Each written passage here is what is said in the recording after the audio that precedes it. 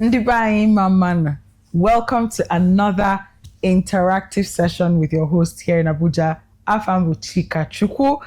And eba no, mo ife na atom ka travel, yota njem je obodo ọzọ n'ali anya ebe ni na amaso mma je ife ndị Igbo na-akpọ touring.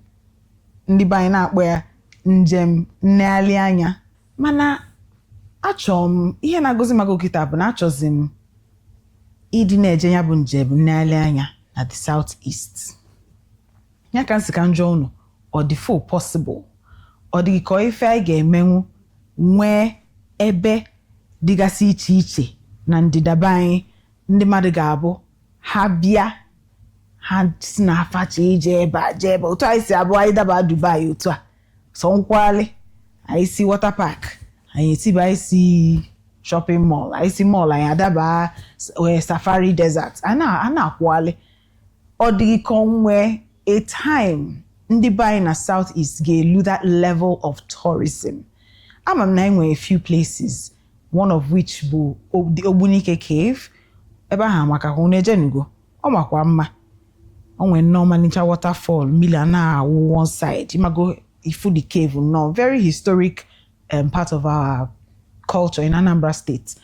Mana, as with a lot of things, not just an Eastern thing this time around, it's a Nigerian thing. As with a lot of things that we do, maintenance culture is something that we struggle with. Ade nedi ifanya ofuma emefuto ofu ezigbo ife inedozi anya bulu nsogbu. So ya kan sika ikpagodi nya bụ nkata. Is it possible to have a southeastern situation where we don't just travel home and find comfort and entertainment within the circle of our families? Because a lot of us travel for Christmas. The excitement and all the fun we have is within our community.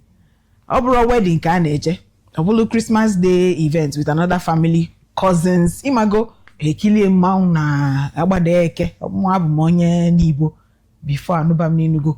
Ọ na-agba agbada eke market, anyị eje kilie mmanwụ natakwa.